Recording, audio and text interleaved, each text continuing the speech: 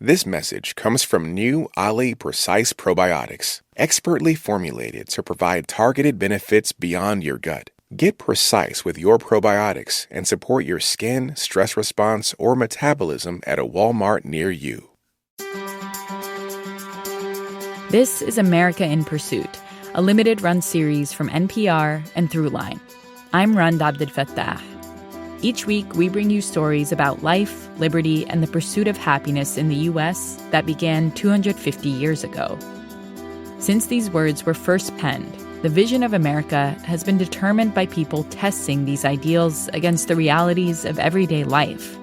And in the mid to late 20th century, the Vietnam War put those ideals to the test. The war forced Americans to confront questions about governmental power, the realities of warfare, and what happens to democracy when citizens disagree with their leadership. This is what the war in Vietnam is all about. American soldiers hiking their way through the sweaty jungles of South Vietnam, searching for an elusive enemy. And of course, by 1967, 1968 is a staple of the nightly news on television. The war entered the homes of Americans through televisions, newspapers, and radio. Images of what was actually happening in Vietnam changed the way Americans thought of and engaged with the war. And it changed the way the story of war was told. We might see Vietnamese peasants in obvious anguish, distressed, grieving, but mostly the Vietnamese who featured in American news broadcasts were silent. Today on the show, the Vietnam War, what happened in Vietnam, and how it changed America's relationship with war and the responsibility of journalists on the ground. That's coming up after a quick break.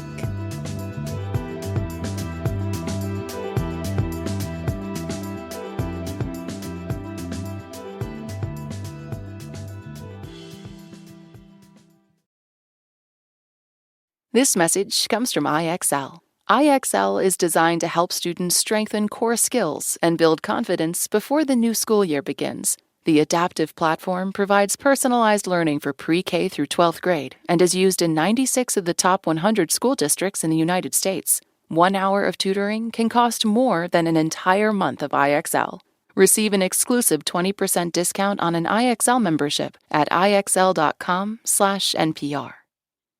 This message comes from Progressive Insurance. You're listening to this podcast, so you've got a curious mind. Did you know that drivers who switch and save with Progressive save over $900 on average? Visit Progressive.com and get a quick quote with discounts that are easy to come by.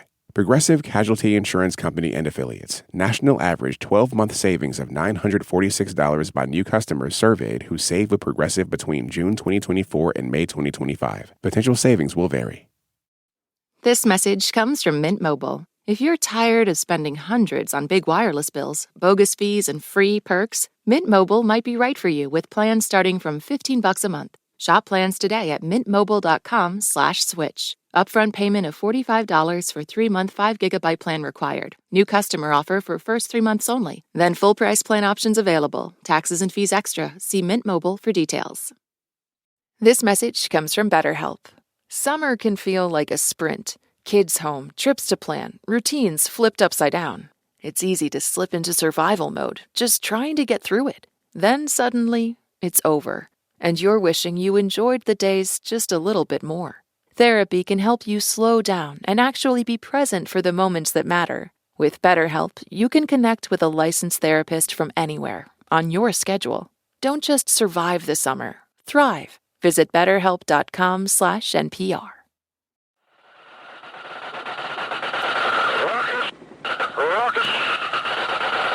War in South Vietnam. An ugly war in a far-off place to which the United States is deeply committed. It's 1964. U.S. military advisors have already been in Vietnam for over a decade. By the spring of 1964, The Viet Cong had reached a strength of an estimated 60,000 troops and controlled nearly 68% of South Vietnam's villages and hamlets. Successive U.S. administrations said they were in Vietnam to prevent communism from spreading throughout Southeast Asia, and things weren't going well. But most Americans weren't paying much attention to the conflict. This is a war that begins in a very sort of slow way that initially was largely ignored. This is Susan Carruthers, historian at the University of Warwick and author of the book, The Media at War. Jim Crow, political assassinations, voting rights, those domestic issues were much more top of mind.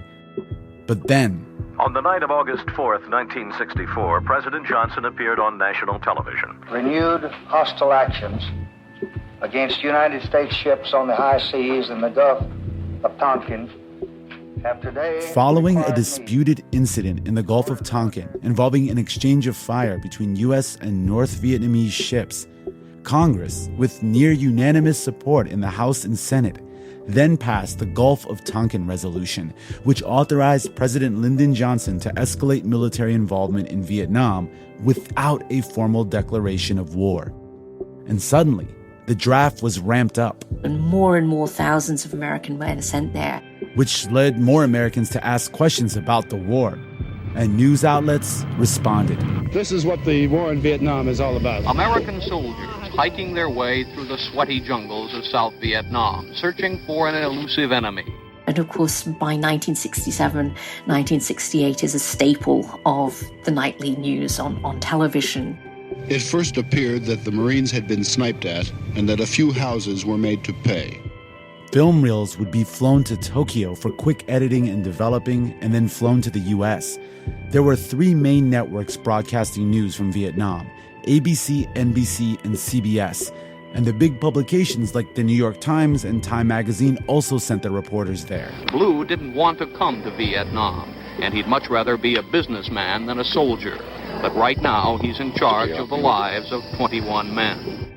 Most of the reporting focused on the U.S. perspective: American soldiers, policy, military strategy. We might see Vietnamese peasants in obvious anguish, distressed, grieving, but mostly the Vietnamese who featured in American news broadcasts were silent. A flurry of alternative and international media outlets were also reporting from Vietnam. Many staff correspondents were headquartered in Saigon. The full fury of the war has scarcely touched Saigon. It attracts visitors, GIs on leave, and even American tourists anxious for a feel of the war. I remember the day after I got there, I was asked to a party on top of the roof of the best hotel, the Carabelle. There was roses and champagne and all kinds of wonderful things. You'd think you were at home, you know. But then over the edge of the parapet, you could see these flares coming up. And the question was whether it was incoming or outgoing. You would never know till it happened. This is Frances Fitzgerald. She goes by Frankie. In 1966, Frankie flew to Vietnam sort of on a whim. She was 26, from a wealthy family, and curious about the world. So she decided to take a break from her local reporting job in New York to travel to Southeast Asia, wanting to see the place where her father had deployed during World War II. She went to Thailand, Laos, and eventually landed in Vietnam. I thought I would just spend a month there, do an article or two, pay my airfare back. But when I got there, I found I couldn't leave. I mean, I'd never seen a war before, of course, and it was all too fascinating. Unlike in previous conflicts like World War II, the U.S. military made a conscious decision not to formally censor journalists. They saw Vietnam as more of a limited conflict, not a full-scale war. Every evening, a girl on spindle heels picks her way over the barrier of rotting fruit and onto the sidewalk. Frankie arrived with a still film camera and a typewriter she'd packed into her suitcase. And as a freelance journalist, she could pretty much report whatever stories she wanted. It just occurred to me that the thing that was missing was that the American High Command knew nothing about the Vietnamese. Behind her, the alleyway carpeted with mud winds back past the facade of new houses into a maze of thatched huts and tin-roofed shacks called Bui Phat, one of the oldest of the refugee quarters. She got articles printed in the Village Voice, the Atlantic, the New York Review of Books, and the New York Times Magazine, centering the Vietnamese perspective.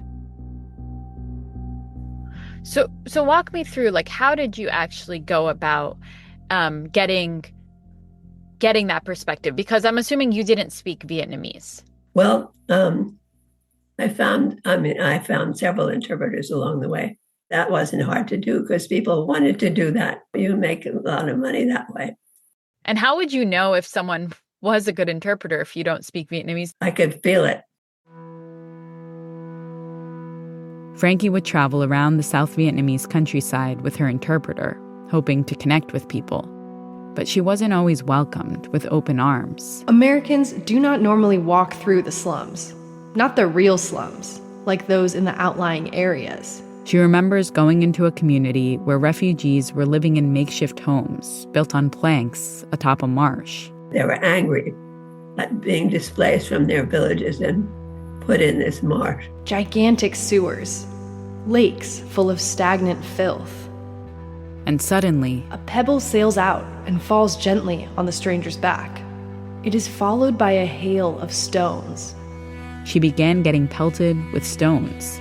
I was sort of offended by it in the sense that I thought, what have I done? But I could very well understand if I had to live in such a place, I perhaps would be throwing stones too. These refugees lose their lands, their families, their ancestral homes, and the structure of their lives. Frankie says the key to finally connecting with people was just continuing to show up. They would realize that you were not going to come and blow up the village. How did you approach fact-checking? Either things that the local Vietnamese people were telling you or the things that the U.S. military or the Vietnamese local police were telling you? Well, sometimes it was absolutely impossible. You just have to do the best you could, find other sources that said the same thing. I think we're given certain leeway by our editors. There was a rule that you couldn't prove anything in a story by quoting a Vietnamese. Wow. So it was pretty explicit that if your source was a Vietnamese person versus an American commander, let's say, the two statements are not equal. Not equal. Not equal. And there were times when she felt the reality she was witnessing would be too unbelievable to her readers. I went to see the civilian hospital. And then, I see all these Vietnamese on beds outside their rooms with terrible burns, which they had from napalm. To describe it right here is almost impossible for me. It was so awful. I didn't know what to do. I reported some of it, but just not the really gruesome details.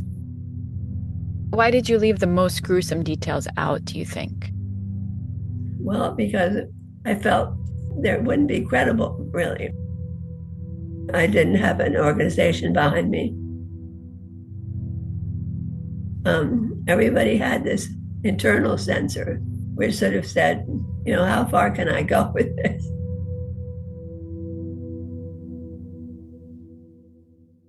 Is journalism's role to push the conversation if that's where the truth is leading, or is it to meet people where they are until they're ready to hear the sort of bigger ecstatic truth? Well, it's probably to do the first, but at the expense of not having it printed at all. To one people, the war would appear each day, compressed between advertisements and confined to a small space in the living room. The explosion of bombs and the cries of the wounded would become the background accompaniment to dinner. In 1972, Frankie published a series of articles in The New Yorker detailing her years of reporting from Vietnam that were then turned into a book called Fire in the Lake, which won the Pulitzer Prize. For the other people, the war would come one day out of a clear blue sky. In a few minutes, it would be over. The bombs, released by an invisible pilot with incomprehensible intentions, would leave only the debris and the dead behind. It was the first major book by an American profiling Vietnam, its history, its people, the impact of the war on them. At the time, Frankie described the book as a, quote, first draft of history.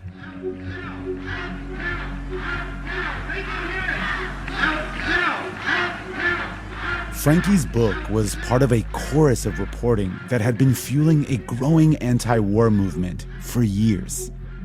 So many Americans are not only opposed to the war, but vehemently out on the streets. Public opinion had dramatically begun to shift going into 1968. U.S. troop numbers were at an all-time high. And then came the Tet Offensive. Communist forces swept through more than 100 South Vietnamese cities, towns, and villages. American and South Vietnamese troops fought them back, and the North suffered huge losses. It was militarily a win for the U.S., but optically, it was a resounding defeat. Reporters sent back photos that shook the American public. In one, a South Vietnamese soldier stands over a North Vietnamese prisoner, pistol in hand, carrying out an execution. Another shows bloodstains, bullet holes, and dead bodies at the U.S. Embassy. Susan Carruthers says, for much of the war in Vietnam, the news media was absolutely beholden to this Cold War template that the United States was there to try to prop up beleaguered South Vietnam. And that changes only really after the consensus on Capitol Hill itself has started to break down. Editors are more willing to sort of push the boundaries of the sayable, the showable. It seems now more certain than ever that the bloody experience of Vietnam is to end in a stalemate. About a month after the Tet Offensive, Walter Cronkite, the anchorman for CBS Evening News, known then as the most trusted man in America, recorded this broadcast after a trip to Vietnam. It is increasingly clear to this reporter that the only rational way out then will be to negotiate, not as victors, but as an honorable people who lived up to their pledge to defend democracy and did the best they could. After hearing this broadcast, President Johnson reportedly said, "If I've lost Cronkite, I've lost Middle America." And within weeks, he decided to not run for re-election. The war continued for another 7 years, until 1975, when the U.S. withdrew the last of its combat troops. Journalists were credited with and blamed for ending the war. They had risked life and limb, often without the safety of a military escort, to report the truth. More than 60 journalists paid the ultimate price for it. The Vietnam War came to be known as the Uncensored War, forever changing the way Americans see, understand, and engage with the story of war.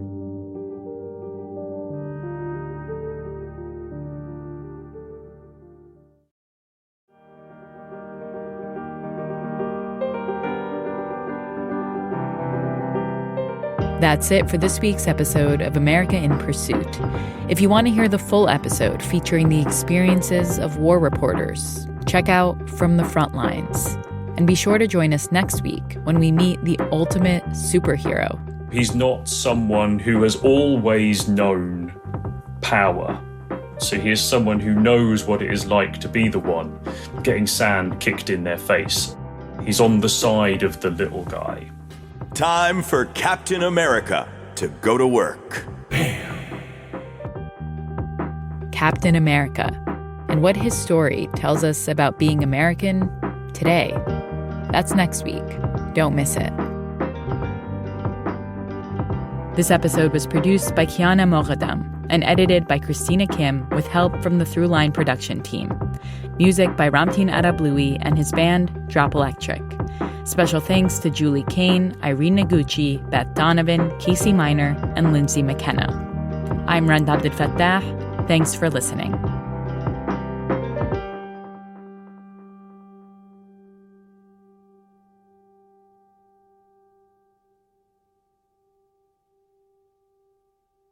This message comes from IXL, providing an online learning environment intended to keep students' skills sharp over summer vacation. The platform covers core subjects and adapts to each child's pace.